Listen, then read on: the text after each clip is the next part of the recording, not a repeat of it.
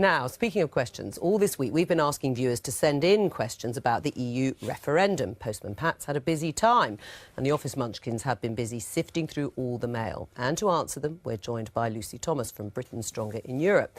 She's campaigning to remain, and Daniel Hannan, if you hadn't guessed it already, is still here, and he's just written a book called Why Vote Leave, out today, I understand. So let's go through the questions that we had. We've picked a selection. So the first one, we're British pensioners in Spain. What could happen to our pensions if we left the EU? That is from Anne and Norman Harrison in Costa Blanca. Lucy. Well, currently there is mutual recognition of pensions, and we just simply don't know what would happen were we to leave. I'm not sure what the incentive would be for Spain to continue to do that, so I think that would be a huge question for our pensioners in Spain. But there's also another issue facing them, which is access to healthcare, because at the moment we have a European health insurance card which allows people living in Spain from Britain to access that healthcare for free, and again, there is no way that would continue were we to leave. So I think there are really a lot of uncertainties here, and no real reason why they would continue to be the case were we to leave. In terms of numbers, we're talking about 1.5 million Brits living in Spain. I think, yes. I don't know how many of them are pensioners, but probably a pretty big percentage. So uncertainty and risk in terms of their future, or can you reassure them? On pensions, there is absolutely no prospect of any change. And by jumping onto healthcare, Lucy pretty much conceded that. Well, because it's up to the UK government. You know, just whether you're a pensioner in Australia or in Spain or in Mauritius, it's, you know, the UK government pays your pensions and uprates them. We have mutual deals with some countries in the EU and some countries outside the EU. And that mutual deal, in your mind, would just continue? Until one side or the other wants to change it. But here's the key point, because Lucy brings up healthcare. We are paying, through our healthcare system, hugely more to EU nationals in the UK than we are receiving via UK nationals in the rest of the EU. So there is an immense imbalance here, and I think it would be in the interests of all the other countries to want to keep those reciprocal deals going. Well, I think, first of all, looking at the pensions issue, we have to look at what the value of pensions would end up being. Already we've seen a fall in the value of sterling. We've seen at the front page of the FT today looking at the potential implications. And so if our economy were hit by leaving, which I believe it would be... Right, but of course the other side would say it wouldn't be hit. Lots of money. The value of pensions... We'd have lots of money. And, of course, a lot of those pensioners in Spain were there before Spain joined in 1986, so they know perfectly well that this is not Let's move on to question 2. How much does the UK pay to the EU, and how much do we receive in subsidies? Adrian Hansel in Exeter. Now, there has been a big row in terms of conflict on figures, and one of the big divides is the net figure and the gross figure. So tell us, in your gross figure, be honest and transparent. Gross figure, about 19 billion. Of which then some 9 billion is spent in the UK or handed back. So the net figure is about half. And shouldn't you use the net figure? No, because we don't use the net figure anywhere else. You ask any of your readers what they pay in council tax and see whether they deduct the notional value of the bin collection and the street lighting. What we count is what we hand over. Right, but big difference, obviously, when you're talking about gross and net figures. It sounds much better. But we don't hand over 19 billion. Well, we take the rebate off first. Rebate's the wrong word for it. It's an abatement. It's paid back a year later. No. We don't send it in the first place. The figure of 19 billion gross and 10 billion net comes from the Office of National Statistics. So rather than twiddling them, we've just given the gross and net figures coming officially from the ONS. It is about being fair and honest. How much do we actually pay to the EU? Well, if you look at the contributions from 2010 to 2014, they were around 15 or 16. It never actually got up to, so I don't know where you get your 19 from. The Office of National Statistics. And as Andrew says, the rebate never even goes. So you absolutely have to take account of the rebate. Which is 5 billion. The latest figures are 2014-15. So not as much as actually Daniel was saying. And the figure, I mean, we did all this in the Sunday Politics. The overall, the gross figure, if I can put it that way, for 2014-15 was 18.3 billion, and we paid 13 billion because the 5 billion of the rebate comes off. All right, that's still a pretty huge sum, right? That's still enough to give a huge... Well, we know what your campaign side is saying, but I just want to hear what your campaign is actually saying. When people say, how much do we pay to the EU a week, a month, a year, what are you saying? Yeah, Per household, it is around £260 per household per year, which breaks down to around 30p per person per day. And that is taking into account, yes, that rebate and some of the things we get back. For example, investment in our poorer regions, £20 billion for our farmers up to 2020.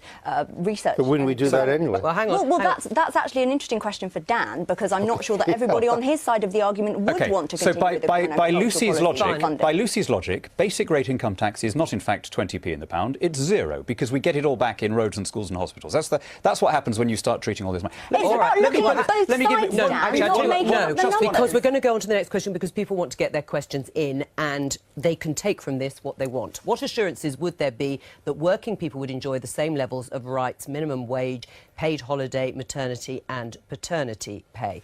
Lucy.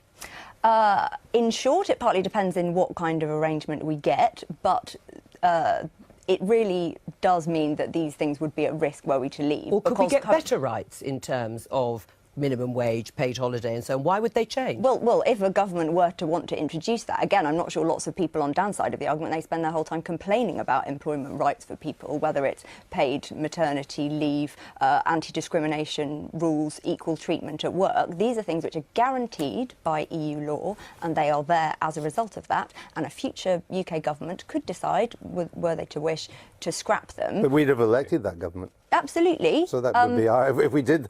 Can you imagine any major political party in this country campaigning to take away paid holiday?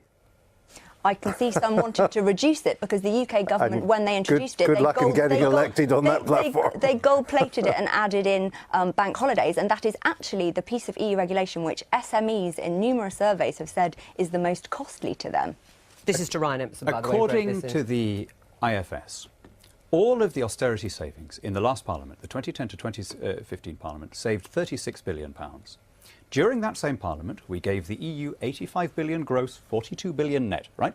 That one excision could have wiped out the whole of the austerity programme, even if we use Lucy's gross figure, and still given us enough loose change to take a penny off income tax. We legislated for paid holiday in this country when Chamberlain was Chancellor of the Exchequer in 1938.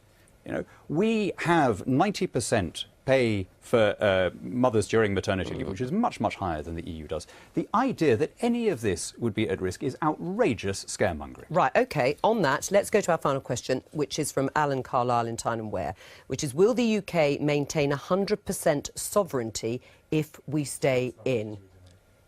Well, what makes the EU different from every other international body in the world, from NATO, the IMF, the United Nations, is that it legislates. It creates a new legal order that has precedence over the laws of the member states. So we do not have sovereignty as long as we are in the EU. That, in a way, has been the argument all along. It's what makes the EU different from a cooperative international body, which everyone would have would support. No one would have had a problem with it. This is quite an emotive issue, the sovereignty one. So what do you say, Lucy? I say that our Parliament is currently sovereign. We chose to enter the European Union. We're currently having a referendum, which is a sovereign act. We can decide to leave if we want to.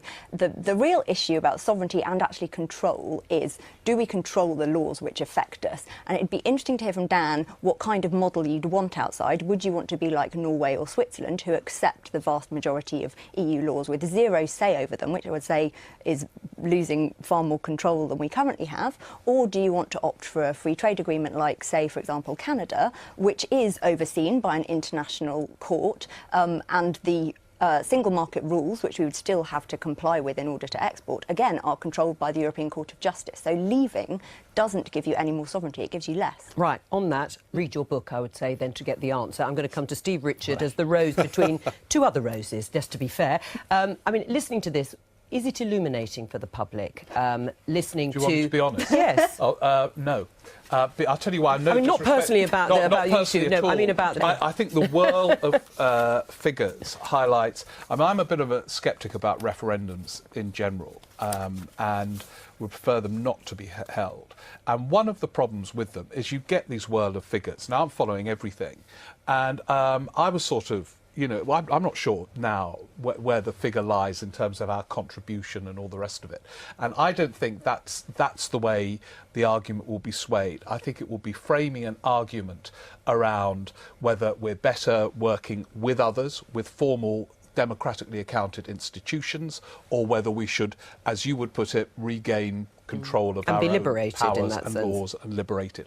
And that is the framing of the debate, and also the economy, which All we right. talked And about I should for just 5 declare seconds. that you are a But, Remain, though, in this, aren't you? Oh, yeah. Right. Yeah. I think So just as people do go with their hunches. You know, in the 70s, when we voted last time, That there was was my a sense that partial we assessment. were in decline and Europe was doing well. Now, we look across the channel Yes. today, we see the Schengen crisis, we see the Euro crisis. I don't think there is that sense that this is a successful project that we need to be part of. There is a whole world out there where we still have friends, where we have links of language and habit and migration, and that's where we should be reoriented. All right, thank you. Thank you very much, Lucy Thomas, for coming in.